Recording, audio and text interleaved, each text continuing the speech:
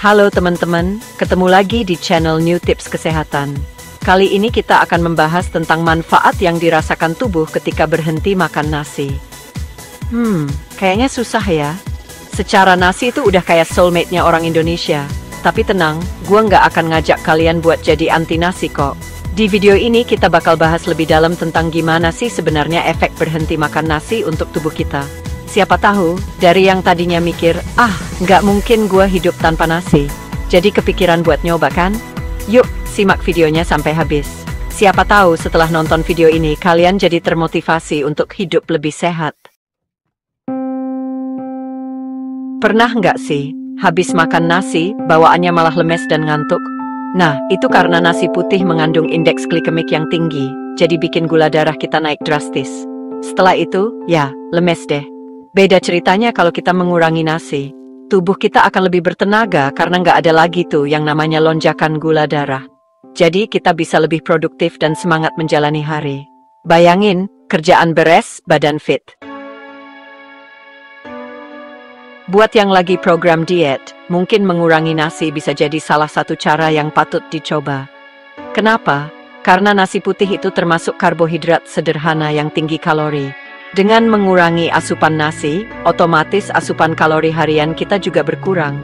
Nah, kalau kalori yang masuk lebih sedikit daripada yang dibakar, otomatis berat badan kita bisa turun dong. Tapi ingat ya, mengurangi bukan berarti menghilangkan sama sekali. Tetap harus diimbangi dengan pola makan sehat dan olahraga yang teratur. Siapa di sini yang suka makan nasi putih? Eits, hati-hati ya. Konsumsi nasi putih yang berlebihan bisa meningkatkan risiko diabetes loh. Kok bisa?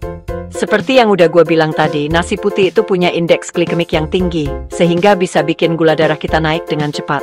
Nah, kalau terus-terusan kayak gitu, pankreas kita bisa kelelahan memproduksi insulin deh. Akibatnya, ya, risiko diabetes makin besar.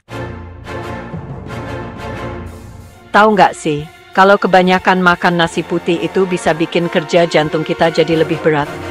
Soalnya, konsumsi karbohidrat sederhana yang berlebihan bisa meningkatkan kadar trigliserida dalam darah. Nah, trigliserida yang tinggi ini bisa menyebabkan penumpukan plak di pembuluh darah, termasuk pembuluh darah di jantung. Kalau udah begini, risiko penyakit jantung seperti stroke dan serangan jantung bisa meningkat. Peradangan atau inflamasi itu sebenarnya adalah respons alami tubuh kita terhadap infeksi atau cedera. Tapi, kalau peradangan terjadi terus-menerus, bisa bahaya juga loh. Nah, salah satu penyebab peradangan kronis adalah konsumsi gula berlebih, termasuk dari nasi putih. Dengan mengurangi konsumsi nasi putih, kita bisa membantu mengurangi peradangan dalam tubuh. Tubuh jadi lebih sehat deh. Susah, bebe. Mungkin kurang serat nih. Nah, salah satu cara untuk meningkatkan asupan serat adalah dengan mengganti nasi putih dengan sumber karbohidrat kompleks yang lebih kaya serat, seperti nasi merah, quinoa, atau oatmeal. Serat ini penting banget buat melancarkan pencernaan kita. Selain itu, serat juga bisa membuat kita merasa kenyang lebih lama loh. Jadi cocok banget buat yang lagi diet.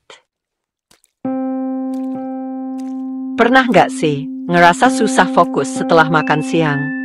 Nah, itu bisa jadi karena lonjakan gula darah yang terjadi setelah kita makan nasi putih.